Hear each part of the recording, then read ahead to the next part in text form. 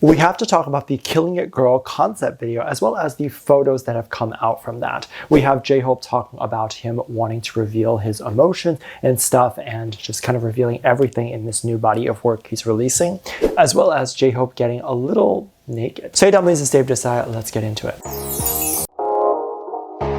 JHope has recently talked about the new body of work that he is releasing. He talked to Zane Lowe from the Zane Lowe show. He wanted to talk about the new stuff that he was working on and essentially what it's going to be. He said that it was very sequential, as in the work, when you listen to it from top to bottom, will feel like a cohesive story from top to end. So it's not just a bunch of random things put together, it's actually going to flow through a story, which should be how an album is made, right? You should be thinking of how people are going to feel listening to it from top to bottom, so ideally, they don't feel like skipping any songs. And even having songs kind of flow into one another is a really good thing to have. That's why some albums nowadays have those 1 minute or 30-second interludes, or even like just songs just like in the middle of the album. And this is just to explain it for those who don't know, because I know this is more of a newer generational concept, I believe. JHope also talked about the album, how he did not want to hide anything emotionally. Each sequence or each song has its own emotions that he wants to share. I imagine lyrically, but also I imagine with the music videos and the artwork that's about to come out. We're really going to get a full picture on what these emotions are, what these feelings are, and in my opinion, it's likely going to be a more grown-up feeling. We are seeing our boys grow up in real time. We are seeing them taking on more adult concepts in which they could have taken on when they were in their mid-20s, but now having to take it on in their 30s. And perhaps JHope and maybe even the rest of the BTS members feel like doing concepts like this right now is totally okay, because they're about to all exit the military and they're seen as grown men now, so they can talk about more adult topics without backlash in Korea. I definitely think this is a better way of looking at what a man is than what we have here in the US. Of course, there should be no solid definition of what a man is, right? Because you can be a man in any shape or form, but the social construct of what a man is in America is when you have sex, and quite frankly, that doesn't make you a man. Sleeping with a woman or a man doesn't mean that you're going to understand how life works. It doesn't mean that you've contributed to society somehow. It doesn't even mean that the sex that you had was good for that other person, that you deserve the title of man. But anyway, that's a bit of a side tangent. If you are wondering why the boys are showing this more adult side of them now and making music like this is likely why. Because they know that they can do this now without getting backlash. And they also know that likely the audience in Korea might expect this because they're considered grown now, and they would likely want. The worst thing that an artist can do is not grow with their audience. And we've seen this happen with a lot of different celebrities, where they'll still make the music that they made like 15 years ago, and it just doesn't hit the same because the audience that was listening to those songs 15 years ago aren't exactly in that same place now where they want to hear that music 15 years later. And all of the BTS boys and JHope can't exactly appeal to a bunch of 9-year-olds anymore. Well, I'm sure there are a bunch of people that are within that age range that listen to BTS now and are still listening to JHope. They can't expect to solely have that demographic be their main marketing anymore. And for the sole reason that it's not easy to pull that off anymore. When a 9-year-old tunes into a song or a music video or an interview or whatever that they see, and it looks like someone who's drastically older than them, they're not going to feel the same connection as they might feel with someone who maybe is a teenager, who they can look up to and say, oh wow, this is the person that I think is really cool and I want to be like them when I get to high school and middle school. So an artist has to grow and develop, and I'm glad that we are seeing it happen right now. And JHope and none of the other BTS boys likely will try to hide that. Some of the concept photos actually came out, and a lot of people are saying that JHope definitely appears a lot more grown now and are freaking out about it. One of the main memes that people had been talking about was one where it was a drawing of someone looking at their phone and their phone is on fire. And ARMY is the one that's looking at the phone, being on fire.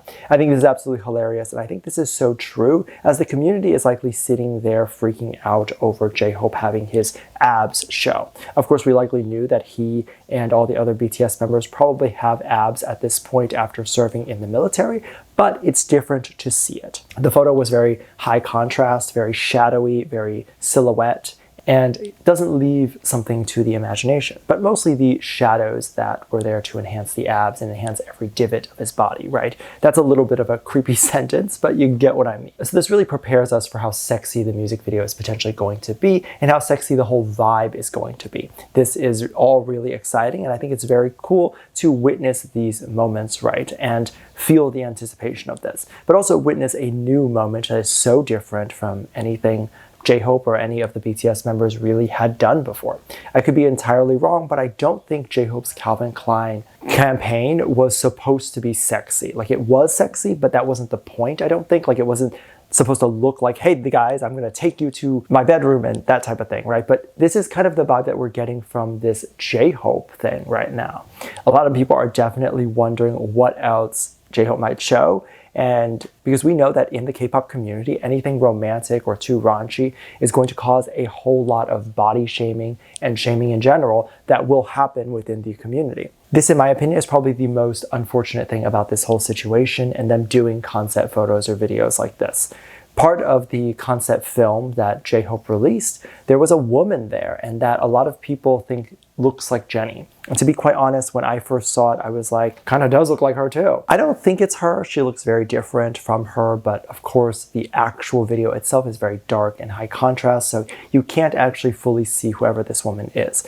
This also, of course, means that it could actually be Jennie, right? And that's why there was this whole shot of just her. A lot of people are wondering if she was in fact in the music video, what would she be doing in the music video? And of course, if you're unaware, there is this controversy that's happening right now with Jennie, as a lot of people are talking about this podcast, talking about how Jennie allegedly might have gotten paid to sell her body. I'm not going to get into that whole story, but obviously I do not believe that is true, and I do not think that that is actually true at all. But it was crazy the amount of people who, instead of debunking that or realizing how crazy this rumor was, people were jumping on it to say, look, it's true, it's confirmed. Jennie is very promiscuous, and the thing is, I don't think this rumor would have gotten very big if the community didn't already feel like she was someone who was very lazy and takes shortcuts, and she was someone who had dated V for publicity, and she was someone who played very promiscuous character on the TV show. These are mostly rumors and just speculation, nothing that I believe or is actually true.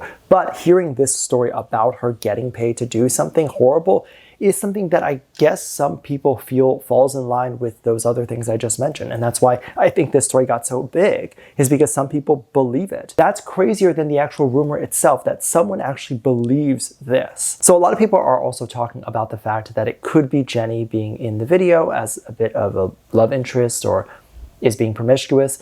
And yeah, definitely we likely could see Jennie in the music video, because that is totally a possibility, and I would love it if she was in the music video. But would she play this character where she was kissing JHope, she was doing stuff like that? I think she would avoid doing that. I think her and her team would realize the amount of controversy this would cause. It wouldn't just cause her getting death threats and all that stuff, because that's one thing, right? And she could say, I'm willing to take that because I've gotten a lot of that already, but it also then will put JHope under fire, because now he's going to be said to be hooking up with his best friend's ex-girlfriend, which, by the way, also nothing in that sentence is verified to be true, and crazy sentence.